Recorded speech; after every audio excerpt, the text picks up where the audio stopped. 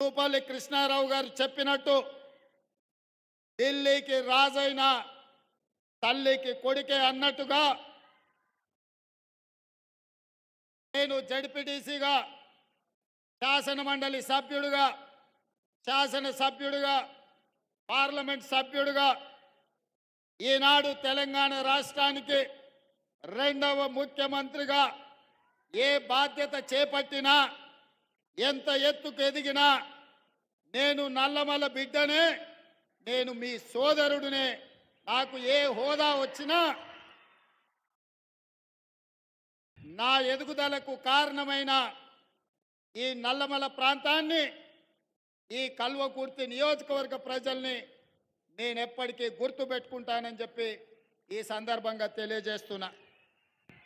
మిత్రులారా, జైపాల్ రెడ్డి గారి గురించి మాట్లాడాలి అంటే ఆలోచన చేసి మాట్లాడాల్సి ఉంటుంది. వారు ప్రజాప్రతినిధిగా కాదు, వారు ఒక పార్టీ నాయకుడిగా కాదు, వారు ఒక సిద్ధాంతకర్తగా ఈ దేశ రాజకీయాలను ఏ విధంగా సిద్ధాంతం వైపు మళ్లించాలో అందులో లోతైన విశ్లేషణ చేసి వారు 4 సార్లు శాసనసభ్యుడిగా ఈ కల్వకుర్తి ప్రాంతం నుంచి, 5 సార్లు లోక్సభ సభ్యుడిగా, 2 సార్లు రాజ్యసభ సభ్యుడిగా, 1969లో మొట్టమొదటిసారి శాసనసభ్యుడిగా ఎన్నికై వారి చివరి శ్వాస వరకు ప్రజా జీవితంలో ఉండి, వారికి అధికారం ఉన్నా లేకపోయినా వారు ఎప్పుడు సిద్ధాంతాలను వదలలేదు, ప్రజా సమస్యలను ప్రస్తావించకుండా ఊరుకోలేదు.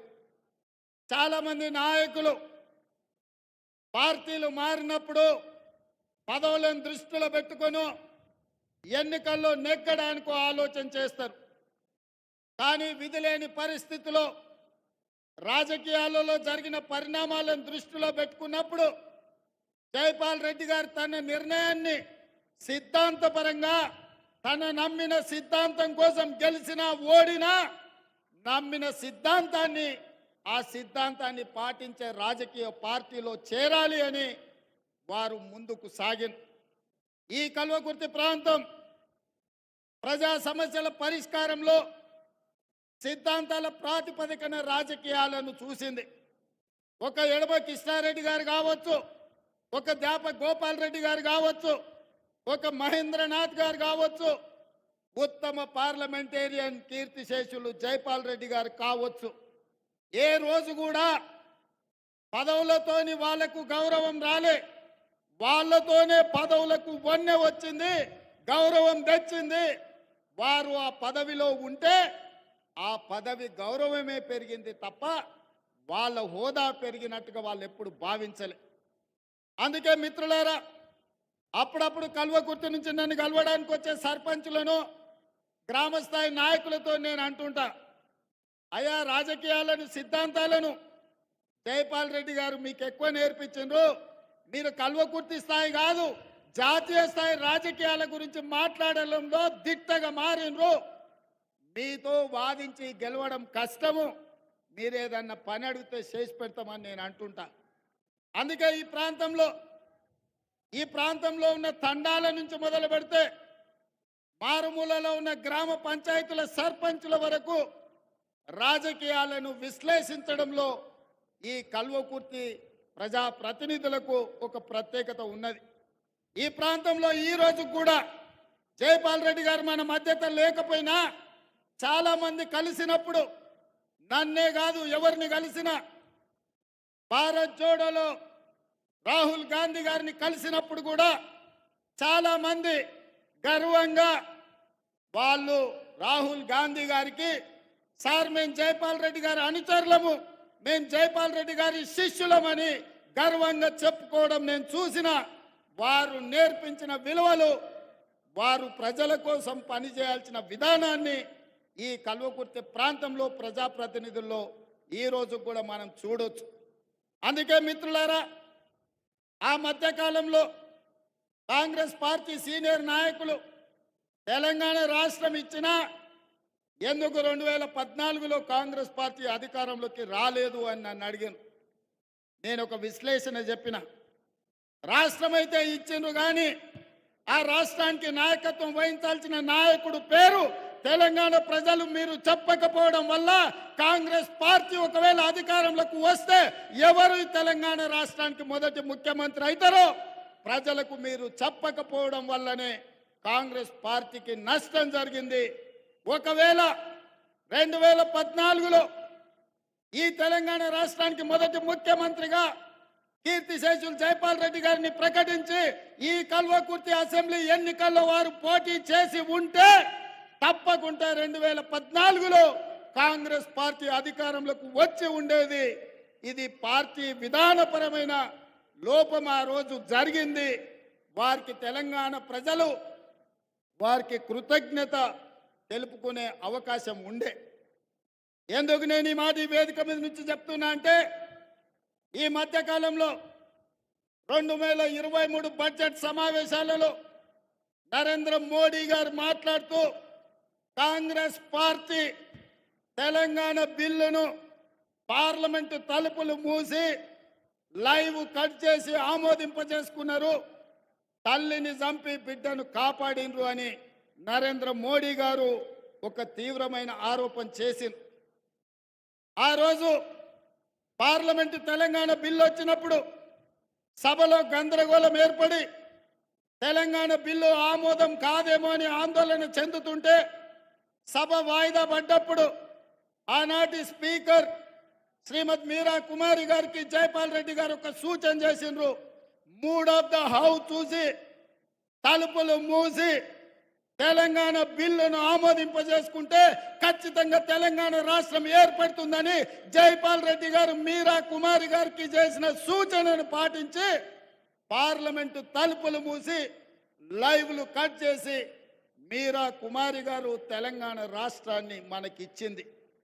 అట్లనే జైపాల్ రెడ్డి గారి సూచనతోటే జైపాల్ రెడ్డి గారు కేంద్ర మంత్రివర్యులుగా మంత్రివర్గ సమావేశంలో మన్మోహన్ సింగ్ గారిని సహచర మంత్రివర్గ సభ్యులకు తెలంగాణ రాష్ట్రం ఎందుకోసం ఏర్పడాలి, తెలంగాణ రాష్ట్రము ఎందుకు ప్రజలు కోరుకుంటున్నారో సంపూర్ణంగా వారు వివరించింది. అందుకే కేబినెట్ మొత్తం ఏకగ్రీవంగా ఆమోదం చేసి తెలంగాణ రాష్ట్ర ఏర్పాటును కాంగ్రెస్ పార్టీ చేసింది. కానీ ఆ తర్వాత ఆశించిన ఫలితాలు రాలే. కల్వకుర్తి నియోజకవర్గ ప్రజలు జైపాల్ రెడ్డి గారి అభిమానులు కల్వకుర్తి ప్రాంతం నుంచి తెలంగాణ రాష్ట్రానికి ముఖ్యమంత్రి అయ్యే అవకాశం చేయి జారిపోయిందని బాధపడ్డారు.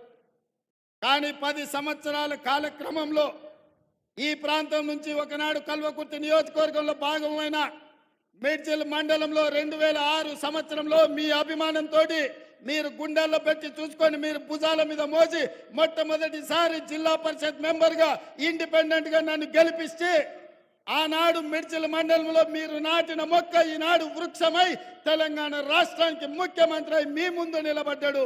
ఈ కల్వకుర్తి ప్రాంతం నుంచే మీ బిడ్డ ఈరోజు ఈ తెలంగాణ రాష్ట్రానికి ముఖ్యమంత్రి అయింది.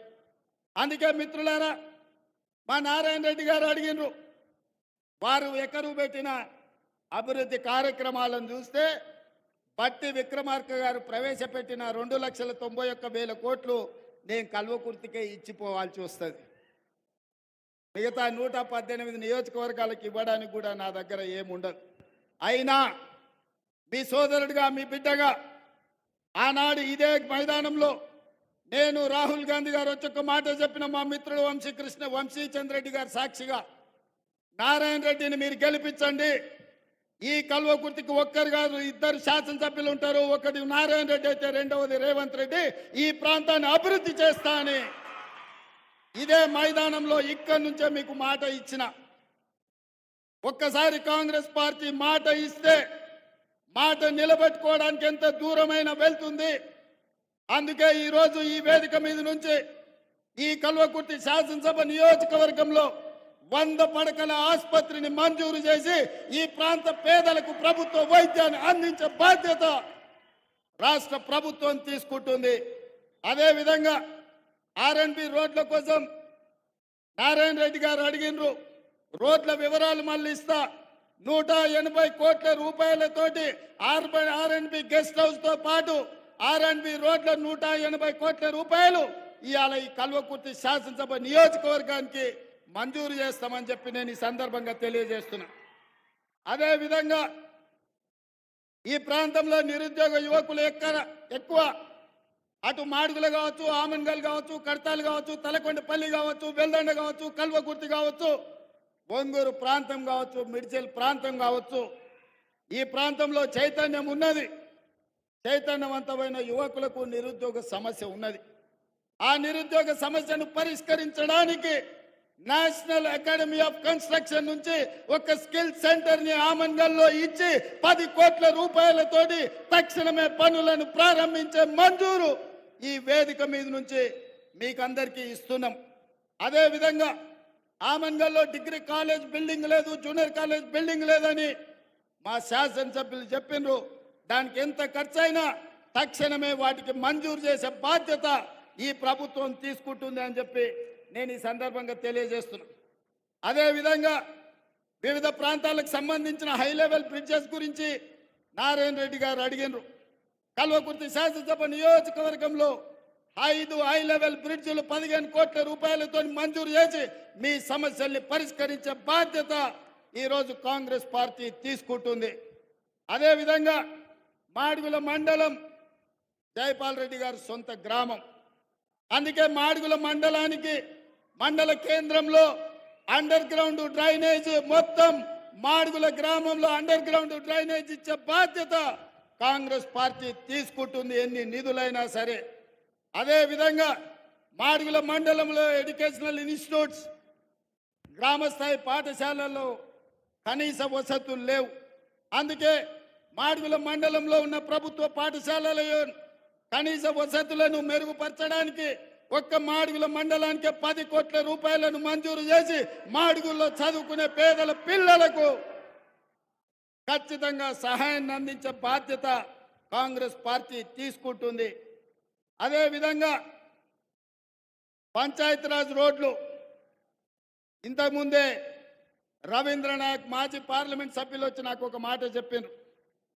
ఒకనాడు లంబాడాలు బీసీలో ఉంటే ఎస్టీల జాబితాలో చేర్పించాలని ఆనాడు ఎమ్మెల్యేగా పార్లమెంట్లో అసెంబ్లీలో రాణిస్తున్న జైపాల్ రెడ్డి గారు మమ్మల్ని పిలిచి చెప్పి లంబాడాలను బీసీలో నుంచి ఎస్టీలకు మార్పించడానికి ఆనాడు ఇందిరాగాంధీ గారిని ఒప్పించి లంబాడ సోదరులను ఎస్టీలలో చేర్పించిండ్రని చెప్పి ఇంతకుముందే రవీంద్ర నాయక్ గారు చెప్పారు.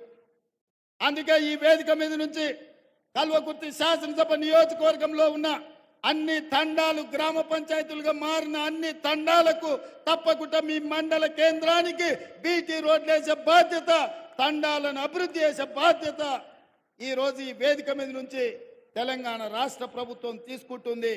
ఎన్ని కోట్ల రూపాయలైనా కూడా ఖర్చు పెట్టి తప్పకుండా ఈ కార్యక్రమాన్ని చేస్తుంది. అందుకే మిత్రులారా, కల్వకుర్తి శాసనసభలో ఉన్న అన్ని గ్రామ పంచాయతీల నుంచి మండల కేంద్రానికి బీటీ రోడ్లు వేసే బాధ్యత కాంగ్రెస్ పార్టీ తీసుకుంటుంది. మండల కేంద్రాల నుంచి జిల్లా కేంద్రానికి డబుల్ రోడ్ వేసే బాధ్యత కాంగ్రెస్ పార్టీ తీసుకుంటుంది.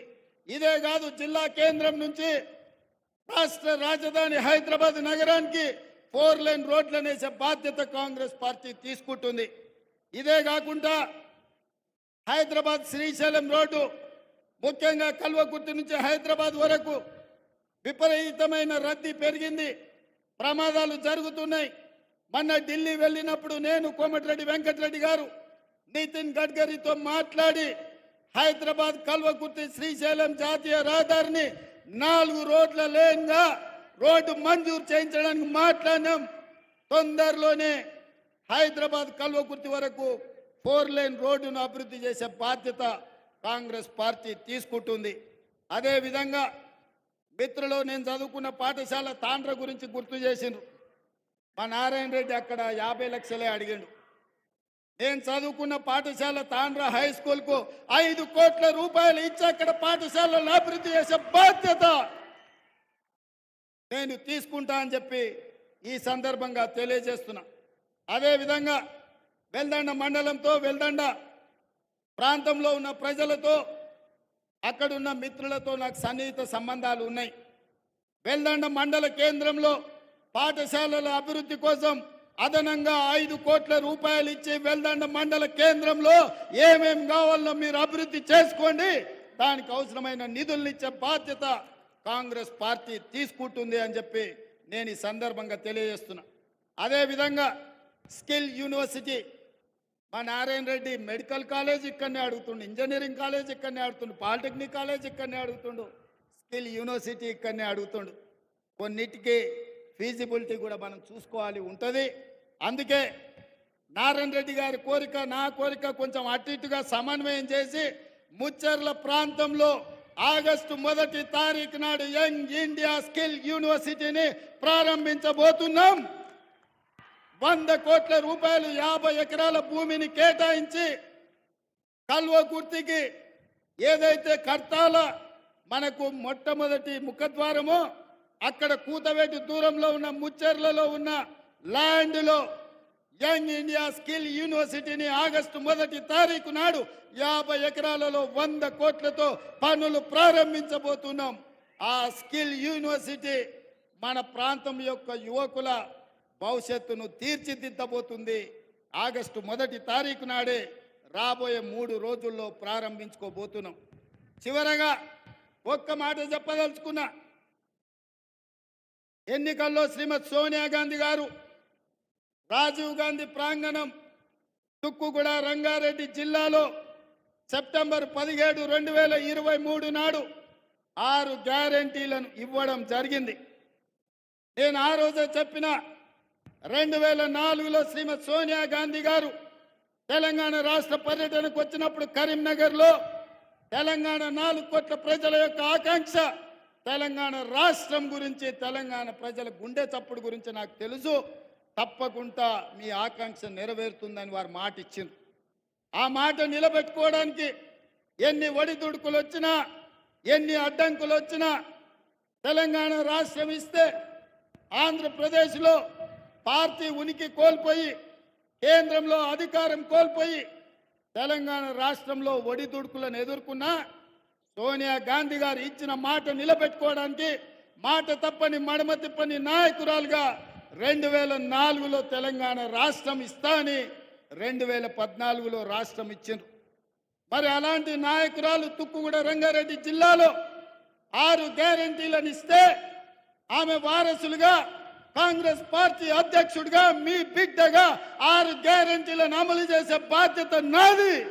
అందుకే ఈరోజు ఆడబిడ్డలకు ఆర్టీసీలో ఉచిత ప్రయాణం ఇచ్చి 2500 కోట్ల రూపాయలు ఆర్టీసీకి చెల్లించడం, రాజీవ్ ఆరోగ్యశ్రీని 5 లక్షల నుంచి 10 లక్షలకు పెంచడం, పేదవాడు నిలవడానికి నీడ, ఊర్లో ఆత్మగౌరవం ఇందిరమ్మ ఇల్లు, 4.5 లక్షల ఇండ్లను పేదవాళ్లకు 10,000 కోట్లతో మంజూరు చేసి ఇవాళ పేదవాళ్లను ఆదుకునే ఇందిరమ్మ ఇళ్లను మంజూరు చేసినాం.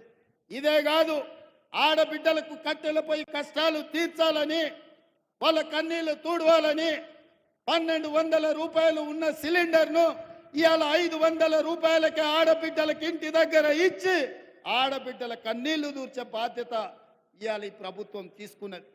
ఇదే కాదు, వ్యవసాయానికి ఉచిత కరెంట, భూమి లేని పేదల సంగతి మీరు పట్టించుకోరా అని పాదయాత్ర సందర్భంగా అచ్చంపేట నుంచి హైదరాబాద్ వరకు నేను పాదయాత్ర చేసినప్పుడు పేదలు వచ్చి నాకు చెప్పినారు. అందుకే ఈనాడు ప్రతి పేదవాడి ఇంట్లో 200 యూనిట్లు ఉచితంగా విద్యుత్తును ఇచ్చి పేదవాడి ఇంటిలో వెలుగుల్ని చూడాలన్న ఆలోచన ఇవాళ మన ప్రభుత్వం చేస్తున్నది, అమలు చేసి తీరుతున్నది. అదేవిధంగా మిత్రులారా, రైతు రుణ మాఫీ పార్లమెంటు ఎన్నికల్లో ఓ సన్నాసి దూలం లెక్క పెరిగిండు కానీ దూడకున్న బుద్ధి కూడా లేదు. సవాలు విసిరిండు, నువ్వు 2 లక్షల రూపాయల రుణమాఫీ చేసి చూడు అని. నేను చెప్పిన ఆగస్టు నెలలో తప్పకుండా 2 లక్షల రూపాయల రైతు రుణమాఫీ చేసి రైతుల రుణం తీర్చుకుంటాని సవాలు విసిరి ఆగస్టు రాకంటే ముందే 1 లక్ష రూపాయల రైతు రుణమాఫీ చేసి పేదవాళ్ళ ఖాతాలో 6,093 కోట్ల రూపాయలు ఇప్పటికే చేసిన. ఈ రోజు ఈ వేదిక మీద నుంచి తెలంగాణ రాష్ట్రంలో ఉన్న లక్షలాది మంది రైతాంగానికి నేను మాట ఇస్తున్నా. జూలై 31 తారీఖు దాటకంటే ముందే 1,50,000 రూపాయలు ఉన్న ప్రతి రైతుకు మళ్ళీ రెండో విడత ఖచ్చితంగా 30 తారీఖు జూలై దాటకంటే ముందే 1,50,000 రూపాయల మీ బాకీని చెల్లించి రైతు రుణం తీర్చుకుంటా అని చెప్పి ఈ కల్వకుర్తి గడ్డ మీద నుంచి నేను మాట ఇస్తున్నా.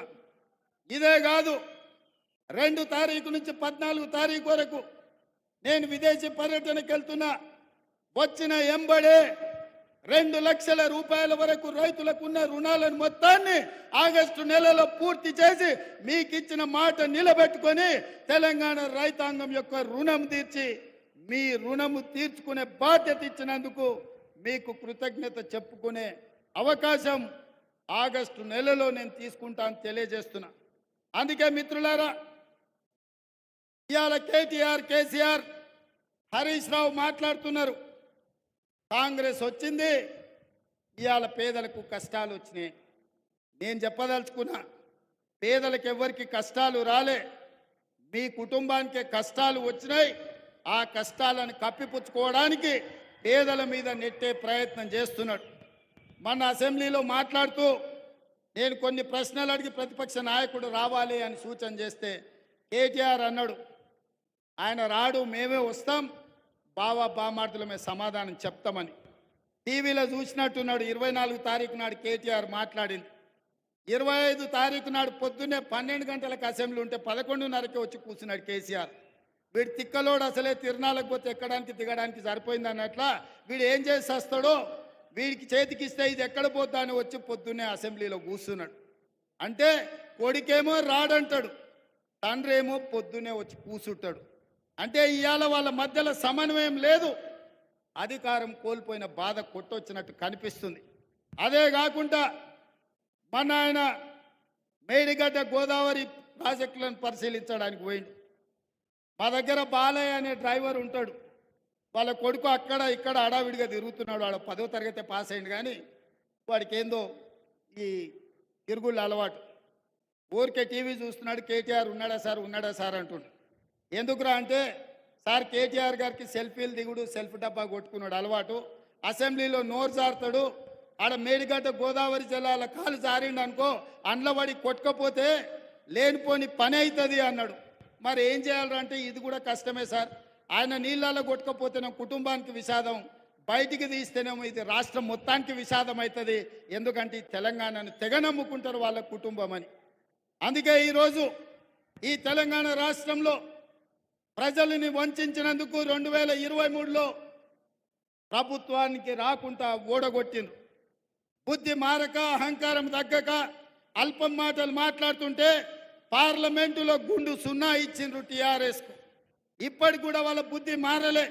ప్రభుత్వం చేస్తున్న సంక్షేమ కార్యక్రమాలకు, ప్రభుత్వం తీసుకుంటున్న నిర్ణయాలకు సంపూర్ణంగా సహకరించి ప్రతిపక్ష పాత్ర పోషించి ఈ ప్రభుత్వానికి సూచనలు ఇస్తే కనీసం పంచాయతీ ఎన్నికల్లో ఏమన్నా వస్తుండే. కానీ ఇప్పుడు పంచాయతీ ఎన్నికలలో కూడా వాళ్ళకు వచ్చే అవకాశం లేదు. ఇక్కడున్న వేదిక మీద ఉన్న మా నాయకులకు నేను ఒక మాట చెప్పదలుచుకున్నా. ఇక్కడున్న మా కార్యకర్తలకు అసెంబ్లీ ఎన్నికలు అయిపోయినాయి, పార్లమెంట్ ఎన్నికలు అయిపోయినాయి, నాయకుల ఎన్నికలు అయిపోయినాయి. ఇప్పుడు రాబోయేది sarpanch, MPTC, ZPTC, municipal councillor ఎన్నికలు. అంటే కార్యకర్తల ఎన్నికలు. కార్యకర్తల ఎన్నికల కోసం ఈ వేదిక మీద ఉన్న నాయకులు నాతో సహా గ్రామాలు తిరిగి, తండాలలో, గూడాలలో, మారుమూల పల్లెల్లో తిరిగి కాంగ్రెస్ జెండా మోచిన మిమ్మల్ని ప్రజా ప్రతినిధులుగా గెలిపించుకునే బాధ్యత మాది. నాయకుల ఎన్నికలు అయిపోతే నాయకులను, కార్యకర్తలను మర్చిపోతారు. కానీ నేను నాయకుడిని కాదు, కార్యకర్తల కోసం కష్టపడేవాడిని. కార్యకర్తల్ని ప్రజాప్రతినిధులుగా గెలిపించి సంక్షేమంలో, అభివృద్ధిలో కార్యకర్తలను భాగస్వాములను చేసినప్పుడే కాంగ్రెస్ పార్టీ బలంగా ఉంటుందని నేను విశ్వసిస్తున్నా. అందుకే మిత్రులారా, రాబోయే సర్పంచ్ ఎన్నికలకు సమాయత్తం కాండి. ఎంపీటీసీలు, జడ్పీటీసీలు, కౌన్సిలర్లు, కార్పొరేటర్లు, కార్యకర్తలను గెలిపించుకొని ఈ అధికారంలో మిమ్మల్ని భాగస్వాములను చేసుకొని ఈ ప్రభుత్వం అమలు చేస్తున్న సంక్షేమ కార్యక్రమాలు మీ ద్వారానే పేదలకు గ్రామాలలో అందించే బాధ్యత మేమందరం తీసుకుంటాం. అందుకే మిత్రులారా, కల్వకుర్తి ప్రాంత అభివృద్ధి కోసం ఈరోజు మీ ఎమ్మెల్యే నారాయణ రెడ్డి గారు ఏర్పాటు చేసిన ఈ సభకు మీరందరూ వచ్చేసి కల్వకుర్తి అభివృద్ధిలో భాగస్వాములై జైపాల్ రెడ్డి గారి గుర్తింపు గౌరవాన్ని పెంచడానికి ఈరోజు ప్రతి ఒక్కరు ఎవరెవరైతే కృషి చేసిండ్రో ఈరోజు జైపాల్ రెడ్డి గారి విగ్రహావిష్కరణ కొట్ర చౌరస్తాలో ఉండబోతుంది. కార్యక్రమం తర్వాత అక్కడికి వెళ్తున్నాం. కార్యకర్తలను అందరినీ కూడా జాగ్రత్తగా అక్కడికి రమ్మని సూచన చేస్తూ జైపాల్ రెడ్డి గారి విగ్రహావిష్కరణ చేయడం నాకు ఒక గొప్ప అవకాశం. తెలంగాణ రాష్ట్ర ముఖ్యమంత్రిగా బాధ్యతలు చేపట్టిన నాకు దక్షిణ తెలంగాణ నుంచి ఉత్తమ పార్లమెంటేరియన్గా ఎన్నికైన సిద్ధాంతకర్త, అదేవిధంగా ఈ దేశంలో సరళీకృత విధానాలతో దేశంలోనే వన్నె తెచ్చిన పివి నరసింహారావు గారి తర్వాత జాతీయ రాజకీయాలలో తెలుగు బిడ్డలకు గౌరవం తెచ్చిన జైపాల్ రెడ్డి గారి విగ్రహావిష్కరణలో పాల్గొన్న మీకందరికి కూడా మనస్ఫూర్తిగా ధన్యవాదాలు, కృతజ్ఞతలు తెలియజేసి సెలవు తీసుకుంటున్నా. జై కాంగ్రెస్.